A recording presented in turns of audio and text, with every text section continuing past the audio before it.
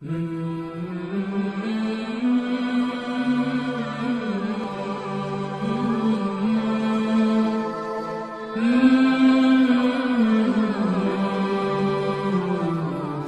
عليكم ورحمة الله وبركاته. وعليكم السلام ورحمة الله وبركاته. أعوذ بالله من الشيطان الرجيم. بسم الله الرحمن الرحيم. إن الله وملائكته يصلون على النبي يا أيها الذين آمنوا صلوا عليه وسلموا تسليما. اللهم صل على سيدنا محمد وعلى آل سيدنا محمد وبارك وسلم عليه. நம்ம எல்லாம் முஸ்லிமாகவும் முஃமினாகவும் அதிலும் குறிப்பாக கண்மணி நாயகம் ஸல்லல்லாஹு அலைஹி வஸல்லம் அவர்களுடைய மேலான உம்மத்திலே ஆக்கியருள் புரிந்தானே அந்த அல்லாஹ்வுக்கே எல்லா புகழும். அல்ஹம்துலில்லாஹ் அல்ஹம்துலில்லாஹ் அல்ஹம்துலில்லாஹ்.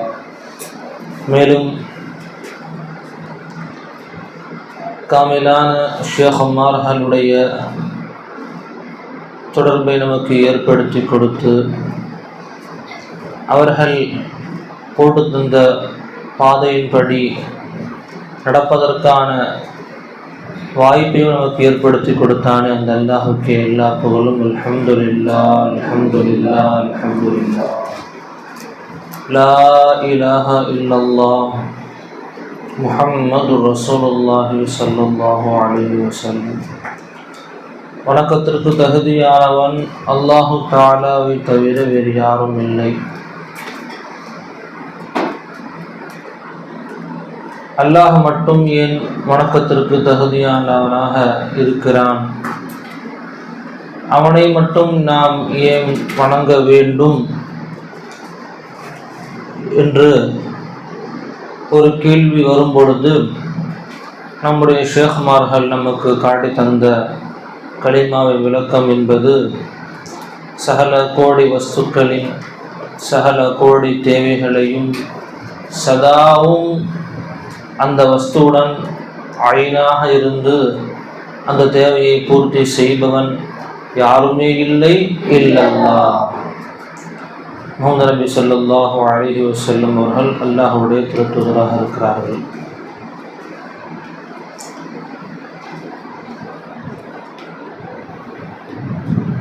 ஒரு முஸ்லிம்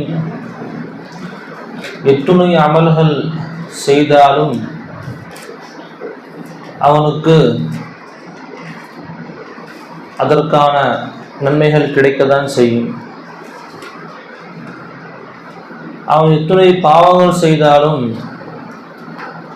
அந்த பாவத்தினுடைய தண்டனைகள் கழிந்த பிறகு அவன் சுவனம் செல்வதான் செய்கிறான். ஒரு முஸ்லிமுக்கு நரகம் என்பது அபதன் கிடையாது. ஹாலிதீன ஃபீஹா. ஒரு முஸ்லிம் நரகத்தில் இருப்பானா?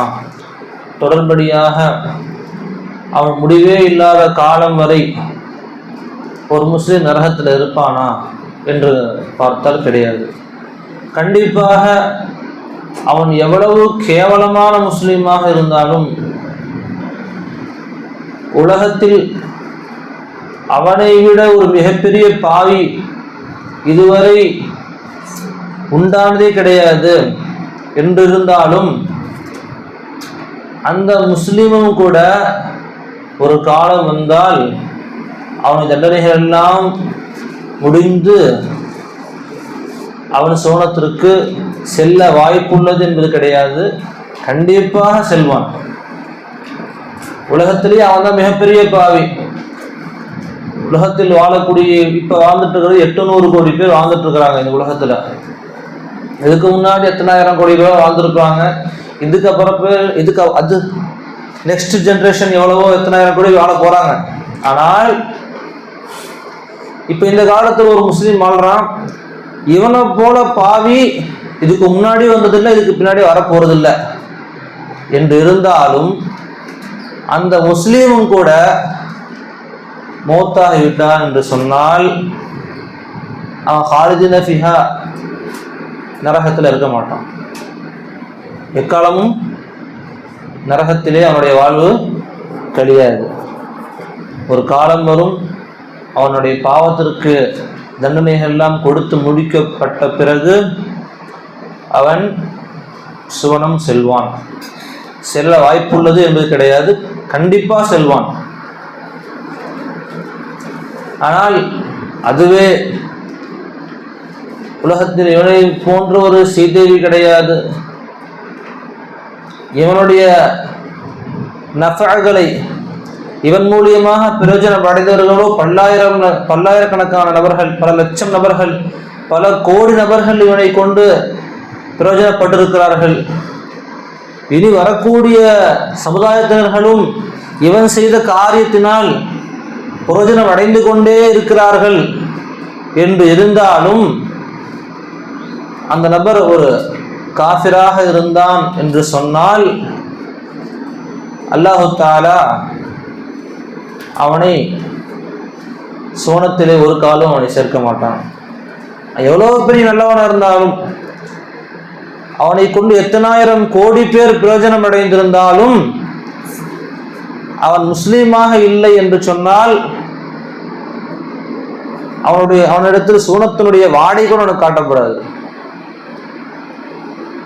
அவன் நரகவாதிதான், அஹ்லுன் நார், நரகத்திற்கென்று உரித்தாக்கப்பட்டவன் அவன். இவ்வளவு பெரிய வேறுபாடு. பெரும்பாவியாக இருந்தாலும் அவனுக்கும் கிடைக்கிறதுக்கு வாய்ப்பு இருக்கலாம், அப்படி கிடையாது, கண்டிப்பா கிடைக்கும் என்ற உறுதி இருக்கிறது. மிகப்பெரிய ஒரு நன்மைக்கு சொந்தக்காரனாக இருந்தாலும் அவனுடைய இறுதி முடிவு தீங்காகத்தான் அமைந்திருக்கிறது. எவ்வளவு பெரிய ஒரு மாற்றத்தை ஏற்படுத்தியது எந்த ஒரு மூலத்தை கொண்டு, எந்த ஒரு காரியம் இந்த ரெண்டு பேத்துக்கும் மத்தியில எவ்வளவு பெரிய ஒரு விஷயத்தை மாற்றத்தை ஏற்படுத்தியது என்று பார்த்தால் களிமா தான். அந்த நபர் பாவியாக இருந்தாலும் அல்லாஹ்வையும் ரசூலையும் ஏற்றுக்கொண்டிருந்தார். இந்த நபர் ஒரு நல்ல ஒரு நற்குணம் படைத்தவராக இருந்தாலும் அவர் அல்லாஹ்வையும் ரசூலையும் ஏற்றுக்கொள்ளவில்லை. ரெண்டு பேருக்கு வித்தியாசம், வேற எந்த வித்தியாசமும் கிடையாது. அப்ப அது என்ன அவ்வளவு பெரிய பாவமா என்று பார்க்கும் பொழுது அதுதான் அசல். கலிமா என்பதுதான் அசல். உலகத்து ஒரு மனிதன் அல்லாஹ் மனிதனை படைத்ததற்கான காரணமே அவனை விளங்க வேண்டும் என்பதற்காக வேண்டித்தான். ஏனென்றால் அவனை வணங்க வேண்டும் என்றிருந்தால் மற்ற எல்லா பொருட்களும், ஜீவராசிகளும், ஜமாதாத்துகளும், ஹயவானாத்துகளும் அல்லாஹை வணங்கி கொண்டுதான் இருக்கிறது. அல்லாஹ் வணங்காமல் எந்த ஒரு வஸ்துவும் இல்லையே.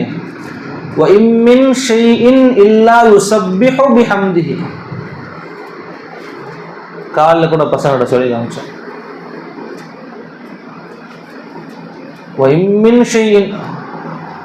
எல்லா வஸ்துக்களுமே, வஸ்துக்களிலிருந்து அனைத்து பொருட்களுமே இல்லை இல்லா யுஸப்பிஹு பிஹம்திஹி, அல்லாஹ்வுடைய ஹம்தை துதிபாடி கொண்டே இருந்தே தவிர.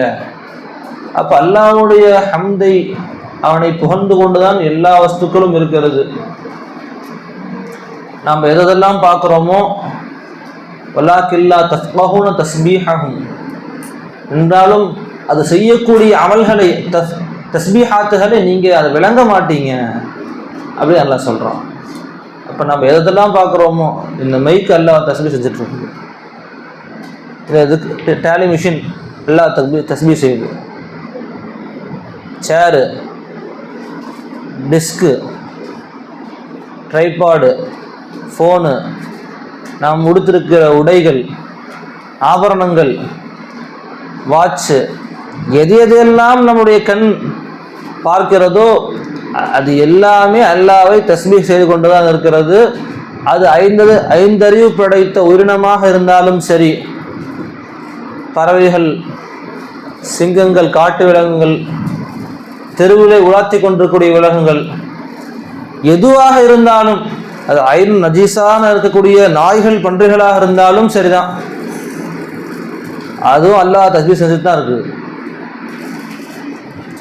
அனைத்து வஸ்துக்களும் அல்லாஹ்வை துதிபாடி கொண்டுதான் இருக்கிறது. அது 5 அறிவு படைத்த மிருகங்களாக இருந்தாலும் சரி, அல்லது ஜமாதத்துகளாக இருக்கக்கூடிய அறிவற்றவைகளாக இருக்கக்கூடிய கல் மண் போன்ற திடப்பொருட்களாக இருந்தாலும் சரி, அல்லாஹ் தஸ்பீஹ் செஞ்சுட்டு தான் இருக்குது.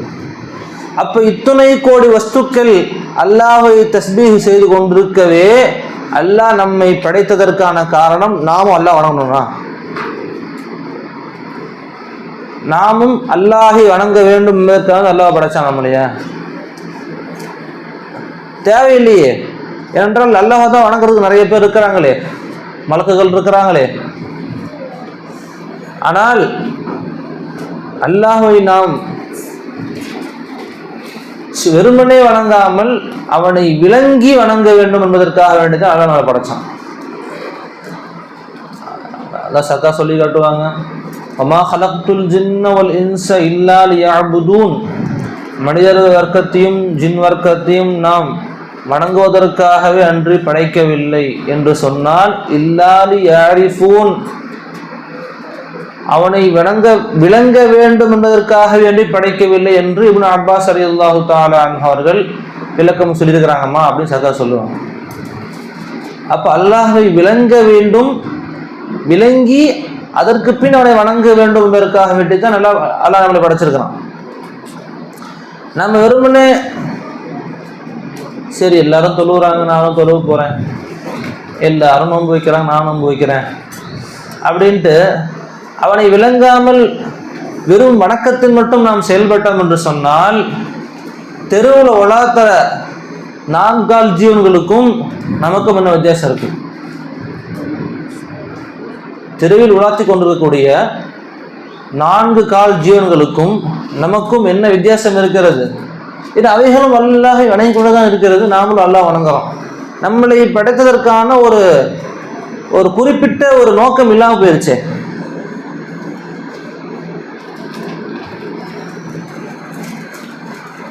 அப்ப அல்லாஹ்வை நாம் விளங்க வேண்டும் என்பதற்காக வேண்டித்தான் அல்லாஹ் நம்மை படைத்திருக்கிறான். அந்த நோக்கம் எப்பொழுது நிறைவேறியது? நாம் ஷேகுமார்களுடைய தொடர்பு எப்போ ஏற்படுத்தி கொண்டோமோ, நாம் ஏற்படுத்தி கொள்ளவே அல்லாஹ் நமக்கு எப்பொழுது ஏற்படுத்தி வைத்தானோ அப்பொழுதுதான் அல்லாஹு தஆலா நாம் படைக்கப்பட்டதற்கான நோக்கத்தை நம்ம இடத்தில் பூர்த்தி செய்தான். அதுவும் அல்லாஹ் நமக்கு ஏற்படுத்தி கொடுத்த ஒரு மிகப்பெரிய ஃபஸல்.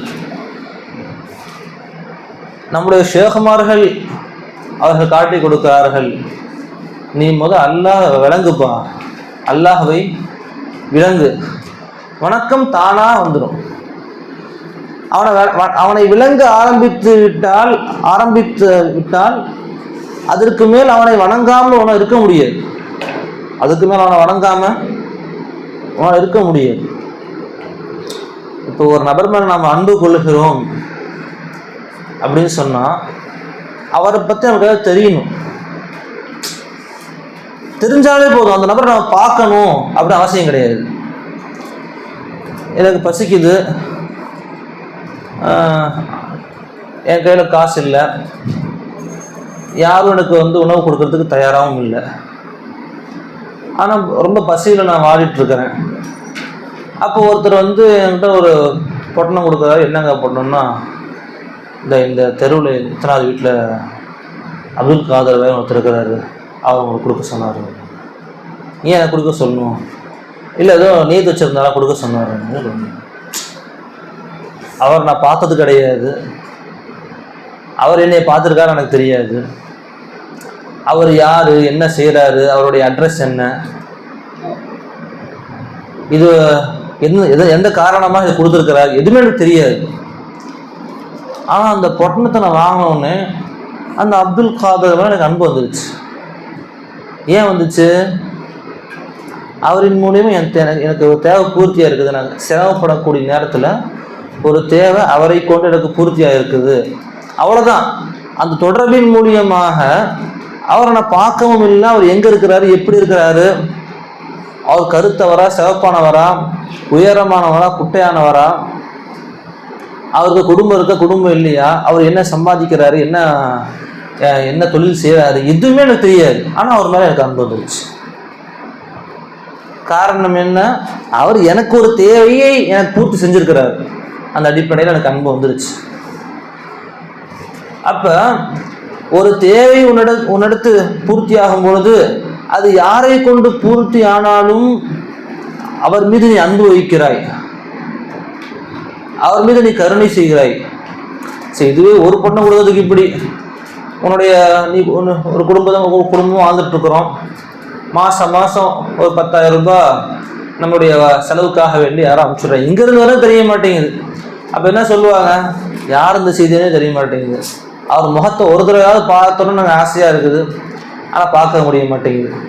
நல்லா வச்சுருக்கணும் அப்படின்னு சொல்லி அவருக்காக நீ துவா செய்கிற. ஒரு காலம் அவருக்கு உங்களுக்கு 10,000 கொடுத்துட்டு இருந்தாங்கல்ல, அவருக்கு ஆக்சிடென்ட் ஆகிடுச்சுங்க அப்படின்னா எனக்கு எப்படி இருக்கும்? பதறி பேர் நெஞ்சமெல்லாம். யாருக்கு அந்த 10,000 உண்மையாக தேவைப்பட்டு இருந்துச்சோ அந்த நிலைமையில் ஒருத்தர் உன்னிடத்துல அவர் சொல்லுகிறார், உன்னிடத்தில் மாதாந்திரம் 10,000 ரூபாய் ஒருத்தர் கொடுத்து கொண்டிருந்தாரே, அவருக்கு ஒரு அசம்பாவிதம் நடந்து விட்டது என்று சொன்னால் உன்னுடைய மனம் பதபதைக்கும், துடித்து விடும். நீ எந்த ஒரு வேலை செய்து கொண்டிருந்தாலும் அதை அப்படியே என்ன பண்ணிடுவேன், அவரை போய் பார்க்க போயிடுவேன். ஆனால் இது வரைக்கும் நான் அதை பார்த்தது கிடையாது, அவருக்கு பேர் என்னன்னு தெரியாது. ஆனால் இவனுக்கு எப்படி அந்த அன்பு வந்துச்சு?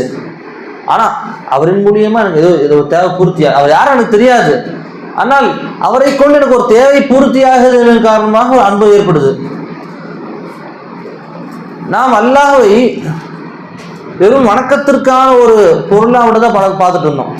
வணங்க, இப்போ எனக்கு ஒரு தேவை, நான் சாப்பிட்ணுன்னா எனக்கு ஒரு ஸ்பூன் தேவை, நான் சாப்பிட்ணுன்னா எனக்கு ஒரு பிளேட்டு தேவை, பிளேட்டு வச்சா சாப்பிட முடியும், ஆமாவா இல்லையா? நான் வெளியே போகணுன்னா எனக்கு ஒரு செருப்பு தேவை, செருப்பு இருந்தால் நடந்து போகிறதுக்கு வெளியே வந்து எனக்கு கம்ஃபர்டபுளாக இருக்கும். நான் பார்க்கணும்னா எனக்கு கண்ணாடி தேவை, அப்போ தான் கண்ணாடியை வந்து நான் போட்டு பார்க்க முடியும். அது மாதிரி நான் வணங்கணும்னா எனக்கு ஒரு தெய்வம் தேவை. அவங்கெல்லாம் வந்து சிலைகளை வச்சுருக்கிறாங்க, நான் அல்லாஹ் வச்சுட்டேன். இவ்வளோதான் நமக்கும் அந்த காஃபிர்களுக்கு வித்தியாசமாக இருந்தது. ஆனால் நம்முடைய ஷேகுமார்கள் நமக்கு மாற்றி கொடுத்தார்கள், நீ அல்லாஹ் வெறும் வணக்கத்திற்கு மட்டும் நீ பார்க்காதப்பா, அந்த வணக்கத்தை நீ அல்லாஹ்வுக்கு செய்கிற, அல்லாஹ்வுக்கு மட்டும் ஏன் அந்த வணக்கத்தை நீ உறுத்தாக்கி கொள்கிறாய்? ஏன் மற்ற ஒரு நபர்களுக்கு, மற்ற வஸ்துக்களுக்கு அந்த உன்னுடைய வணக்கத்தில் எந்த பங்கும் நீ கொடுக்காமல் இருக்கிறாய்? அதற்கான என்ன காரணம் என்று பார்க்கும் பொழுது அவன் மட்டுமே ஃபாயிலே ஹகீகியாக இருக்கிறான்.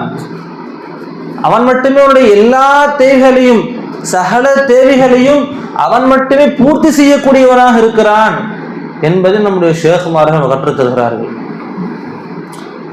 அப்பதான் நமக்கு வழங்குது, நம்முடைய தாய் நமக்கு வந்து உணவு ஊட்டி விடுறாங்க, சாப்பாடு ஊட்டி விடுறாங்களே, தாயின் சூரத்திலிருந்து அல்லாதான் எனக்கு ஊட்டி விடுறான். அப்பதான் விளங்குச்சு.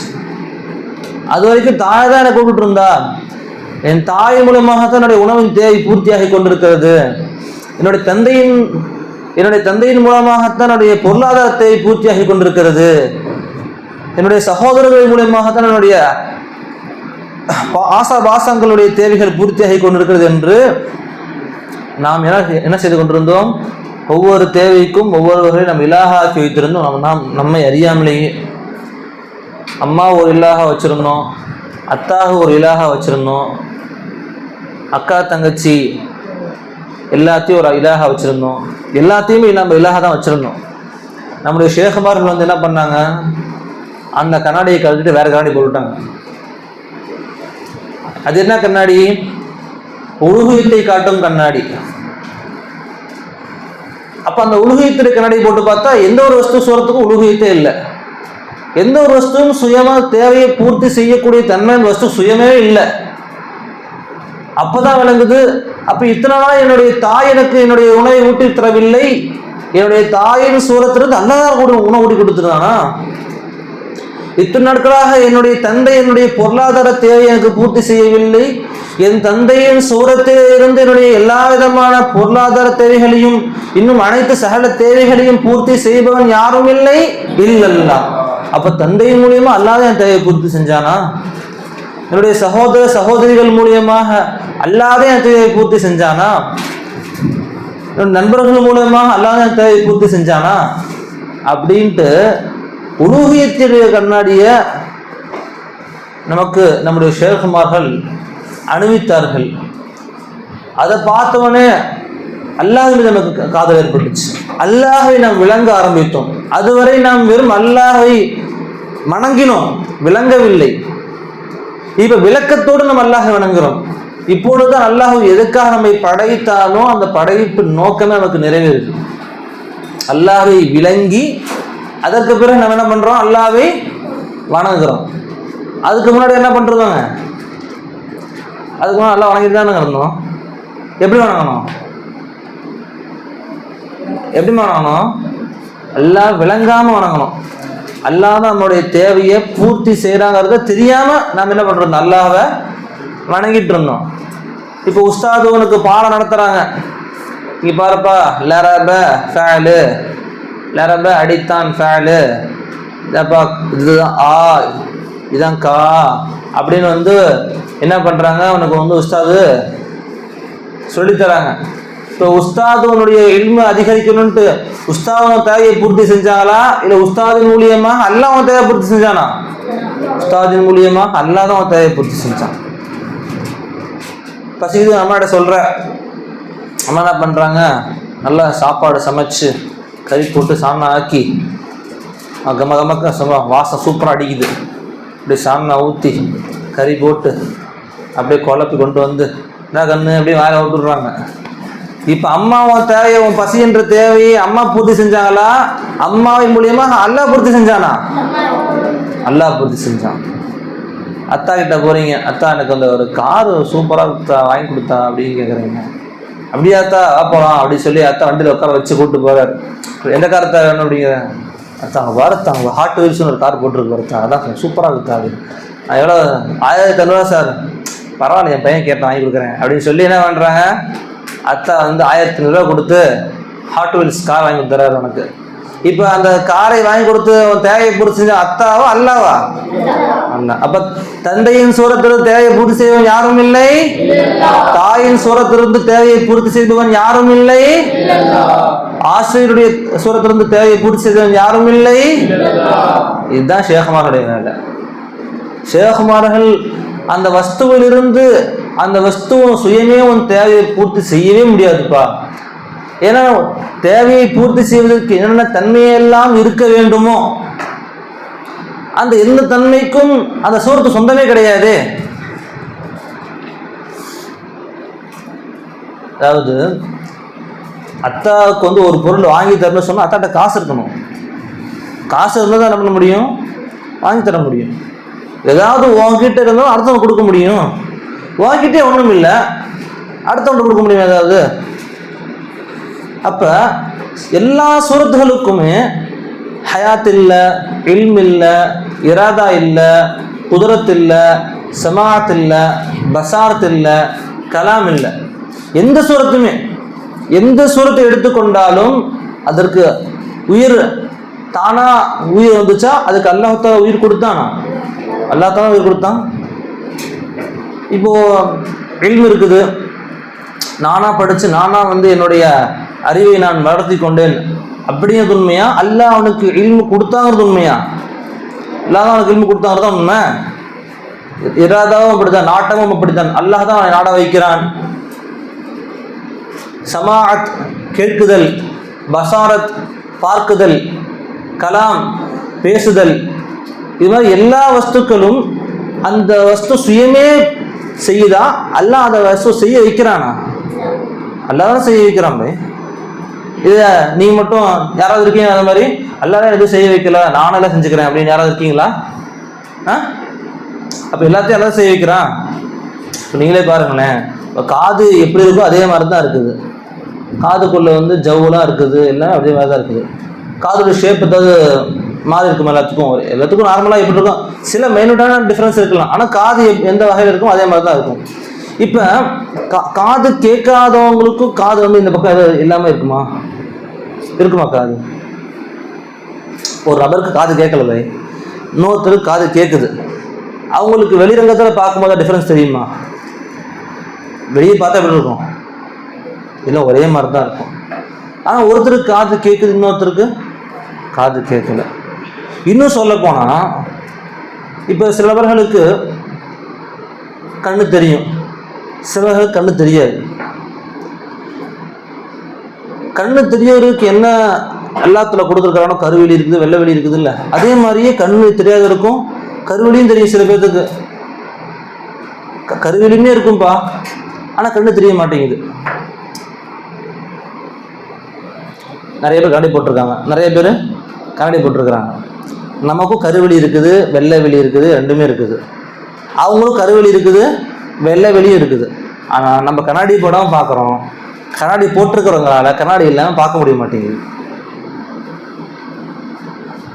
பார்வை என்பது அந்த மனிதனுடைய தன்மை தான், அந்த மனிதனிடத்திற்கு சொந்தமானதான் என்று சொல்லியிருந்தால் என்ன பண்ணியிருக்கலாம்? அவனே அந்த பார்வை எக்ஸ்ட்ரா பண்ணியிருக்கலாமா இல்லையா? அவன் தானே. அப்போ ஏன் அவனால பார்வை அதிகப்படுத்த முடியல? அப்போ அவனை அல்லாஹ்தாலா அவனைதான் பார்க்க வச்சிருக்கிறான். அல்லாஹ்தாலா அவனைதான் அவனை பார்க்க வச்சிருக்கிறான், அவன் தானே. அப்போ சுயமே எந்த ஒரு தன்மையும், எதையெல்லாம் நீ ஹைரான தன்மையாக நீ நினைக்கிறாயோ அந்த எந்த தன்மைக்கும் நீ சொந்தக்காரனே கிடையாது.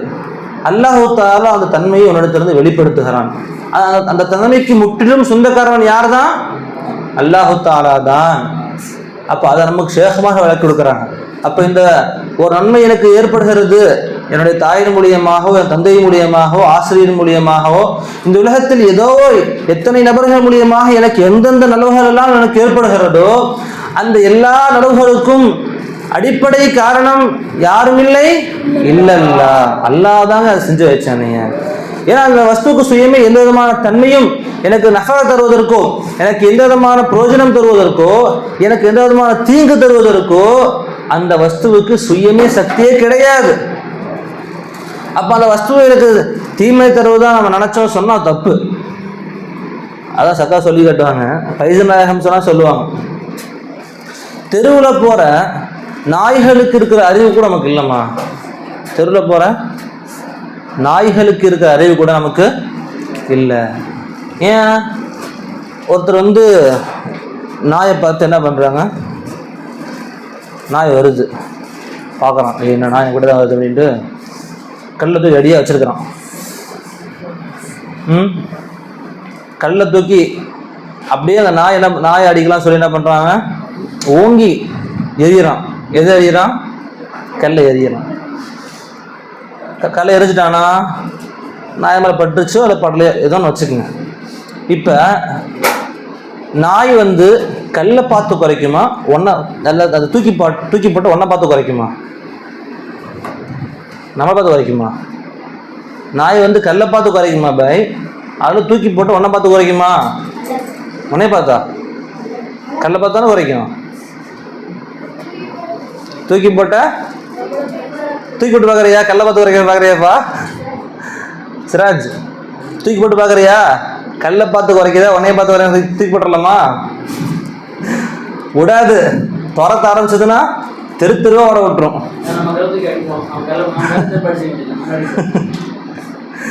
தெருவா என்ன பண்ணும்? ஓட விட்டுரும். அவன் தானே.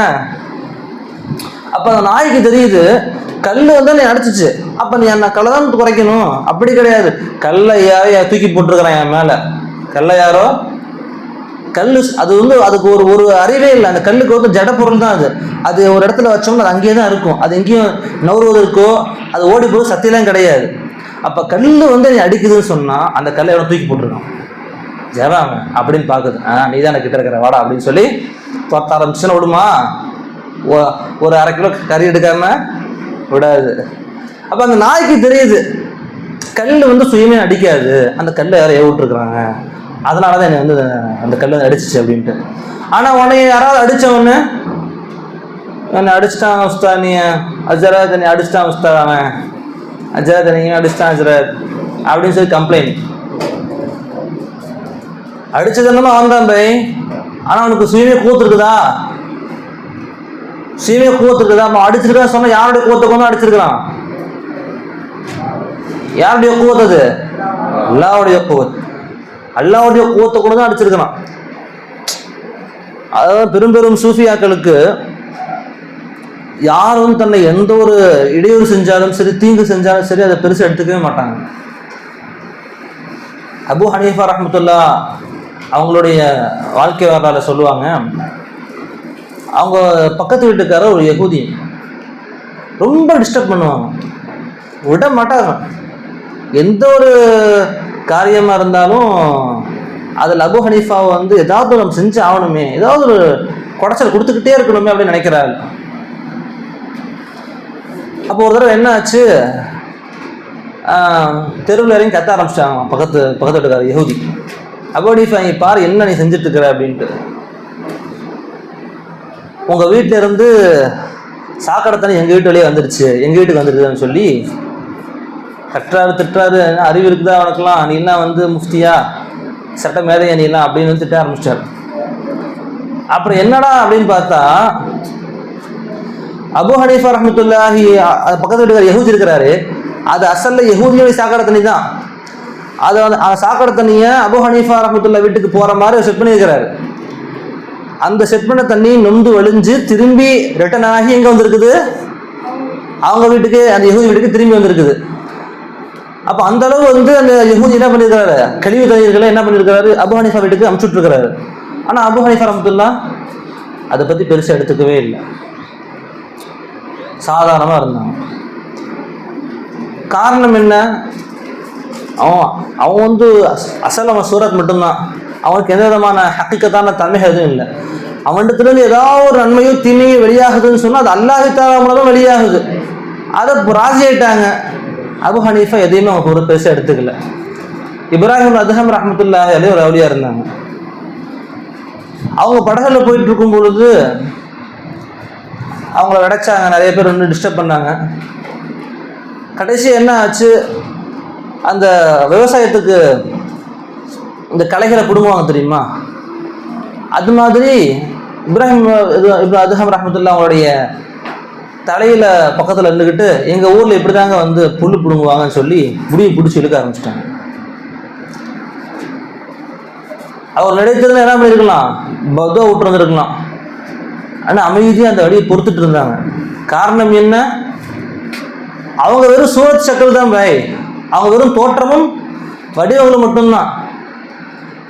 அந்த நபர்களிடத்திலிருந்து எந்தெந்த பிரயோஜனம் எல்லாம் கிடைக்கிறதோ, எந்தெந்த தீங்கு எல்லாம் கிடைக்கிறதோ அதற்கு அசல் காரணம் யாரும் இல்லை, அல்லாஹ்தாங்கிறத விளங்கிட்டாங்க. அதனால யாரிடத்திலிருந்து எவ்வளவு பெரிய தீங்கு வந்தாலும் அந்த தீங்கை அவர்கள் பொருட்படுத்த மாட்டாங்க, அமைதியா இருந்தாங்க. கடுமையான வலிக்குது அவங்களுக்கு, முடி பிடிச்சிருக்க சும்மா ஈஸியா இருக்குமா பை, கடுமையான வலி வலிக்குங்க. அப்ப அல்லாஹ் தஆலா கேட்குறான், இவங்க என்ன செய்யறது அப்படிங்கும் போது, யாரெல்லாம் இவங்களை வலியுள்ள ஆக்கிறியாருலா அப்படின்னு துவா செஞ்சாங்க இப்ராஹிம் அத்ஹம் ரஹ்மத்துல்லாஹி. நாம செய்யணும் அப்படி, என்னை எப்படி இழுக்கிறானோ அதே மாதிரி பிடிச்சி ஃபுல்லாக இழுத்து அவனை மொட்டையாக்க விடக்கூடாது. அத்து வரையும் என்னை வந்து அவ்வளோ ஸ்ட்ரென்த்து கொடுத்துறப்பே அவனை அப்படி மடமாக்கிது. அவனை இழுக்கிற இல்லை இதுக்கு மேலே அவன் யாருக்கும் செய்யக்கூடாது, அந்த மாதிரி பண்ணணும். அப்படிதான் நான் துவா கேட்போம். அட உண்மையாக சொல்லுங்கப்பா, அவன் தான் துவா கேட்பான், நான் அப்படி தான் துவா கேட்பேன், நான் அப்படிப்பட்ட ஆள்லாம் இல்லைப்பா. அப்போ அந்த மாதிரி இருக்கும் பொழுது சூஃபியாக்கள் மட்டும் ஏன் இவ்வளவு இரக்க மனப்பான்மை கொண்டிருந்தாங்க பார்த்தா, அந்த சூரத்தில் அவங்க அல்லாஹ் தான் பார்த்தாங்க. சூரத்தில் அங்கே மௌஜூதா இருக்கிறது அல்லாஹ் தான், அங்கே ஹயாத்தா இருக்கிறது அந்த ஹயாத்துடைய சிஃபத் அல்லாஹ்வுடையது, குவத்துடைய சிஃபத் அல்லாஹ்வுடையது, இராதோடைய சிஃபத் அல்லாஹ்வுடையது, கலாம் பசாரத் சமாத் இது எல்லா சிஃபத்தும் அல்லாஹ்வுடையது. அங்கேருந்து ஏதாவது ஒரு தீமை எனக்கு ஏற்படாது அல்லாஹ் நாடினாலே தவிர. அப்போ அல்லாஹ் எனக்கு இந்த தீமை நாடி இருக்கிறான், அதை நான் பொருந்திக்கிட்டேன். அப்படியே அந்த பொருந்துதல் அந்த ராசியோடு வாழ ஆரம்பிச்சாங்க. அப்போ நம்முடைய வாழ்க்கையில் நமக்கு என்னென்ன தீங்குகள் எல்லாம் ஏற்படுகிறதோ அந்த எல்லா தீமைகளுக்கும் நான் ராசியாக வாழ வேண்டும். எனக்கு எந்த ஒரு நலவாக இருந்தாலும் சரி, அந்த நலவுகளும் சரி அந்த துன்பங்களும் சரி என்னுடைய மனதில் எந்த விதமான சலசலப்பையும் ஏற்படுத்தக்கூடாது அப்படிங்கிற நிலைமைக்கு நாம் வரணும்னு சொன்னால் நாம் அந்த சூரத்தில் அல்லாஹ் பார்க்க ஆரம்பிக்கணும்.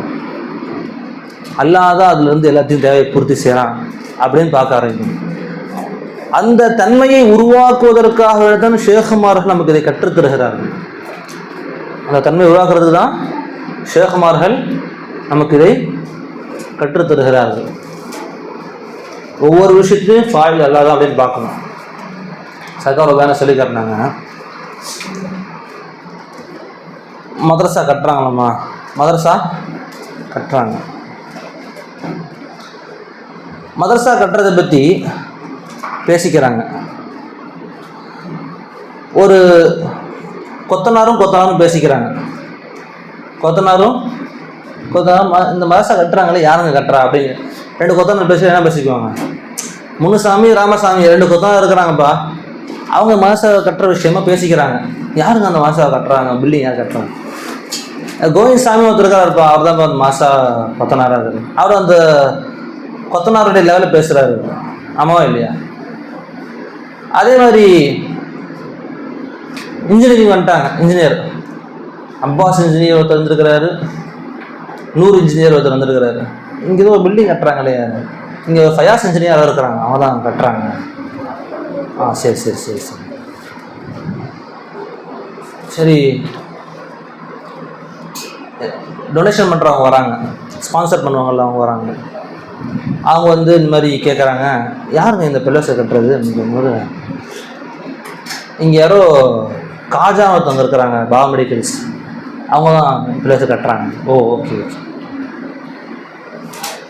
அசித்தமாக அவங்க கூட்டம் வந்துட்டு இருக்கிறாங்க. அப்போ இங்கே யாருங்க பில்லர்ஸை கட்டுறது, இங்கே யாரோ சர்க்கார் ஒருத்தவங்க இருக்கிறாங்களாம், அவங்க தான் பில்லர்ஸை கட்டுறாங்க அப்படின்னு பேசிக்கிறாங்க. இப்போ 4 பேரும் பேசிக்கிட்டாங்கல்ல, இப்போ 4 பேர் பேசுறதுல அந்த 4த்துல ஏதாவது ஒன்று பொய்யா? 4த்துல ஏதாவது ஒன்று பொய்யா? 4மே உண்மைதான். ஆனால் 4 பேரும் அவர்களுக்கு என்ன தகுதியோ அந்த தகுதிக்கு ஏற்ப பேசினாங்க. ஒரு பாலம் கட்டுறாங்க, பெரிய பாலம் கட்டுறாங்க. அப்போ வந்து ஒரு பிரதமர் வராது, இந்த பாலத்தை யார் கட்டினது கேட்டால் ஸ்டாலின் கட்டினதுங்க அப்படின்னா. இந்த பாலத்தை யார் கட்டினது கேட்டால் இது கலைஞர் காலத்தில் கலைஞர் கட்டினதுங்க. அது யார் கட்டினது? ஜெயலலிதா கட்டினதுங்க அப்படின்னு சொல்லி. அதுவே பெரிய இன்ஜினியர் வராங்க. அப்புறம் வருவாங்க, பிஎஸ் அப்துல் ரஹ்மான் கட்டினாருங்க இந்த பாலத்தை, அவர் பாலம் காட்டாட்டவர் அப்படின்னு அவங்க தகுதிக்கே பேசுகிறாங்கல்ல. ஆரிஃபின் இடத்துல கேட்டால் என்ன சொல்லுவாங்க? போய் சக்கர் கேட்டாங்க, மோலா கட்டினாங்க, மோலா தான் கட்டினாங்க. பிரதேசா கட்டினா மோலா கட்டணும். இந்த பில்டிங்கு வீடு யார் கட்டினா? மோலா கட்டினாங்க. கார் யார் வாங்கினா? மோலா வாங்கி கொடுத்தாங்க அப்படின்னு சொல்லி அவங்க மோலாவை மட்டும்தான் பேசுவாங்க. பை தகுதிக்கே பேசுகிறாங்க. கொத்தனார் இதுக்கு ரொம்ப கம்மியான தகுதி, இன்ஜினியர் அதுக்கு மேலே, ஸ்பான்சர் அதுக்கு மேலே யார் ஸ்பான்சர் யார் தோணுட்ருப்பா, யாரோ உஸ்தாமே தோணுட்ருப்பாங்க. அப்போ அதுக்கு மேலே அப்படி மேலே படித்தனங்கள் ஏறி போனால் கடைசியாக உயர்ந்த படித்தனம். எதை பற்றி பேசுகிறது உயர்ந்த படித்தனம்? எதை பற்றி பேசுறது உயர்ந்த படித்தரம்? மோலாவை பற்றி பேசுறது உயர்ந்த படித்தரம். ஆரிஃபின் அதை மட்டும் தான் பண்ணுவாங்க. ஆரிஃபின்கள் அதை மட்டுமே செய்வார்கள். சக்கா சொல்லி காமிச்சாங்க. சக்கா ஒரு காரில் போயிட்டு இருந்தாங்க, நாகப்பட்டினம் வழியாக போயிட்டு இருந்தாங்க. போயிட்டு இருக்கும் பொழுது கூட சில பீர்பாய்கள் எல்லாம் இருந்தாங்க. அப்போ என்ன ஆச்சு, அதில் புதுசாக இருந்த பீர்பாய்களும் அங்கே இருந்தாங்க.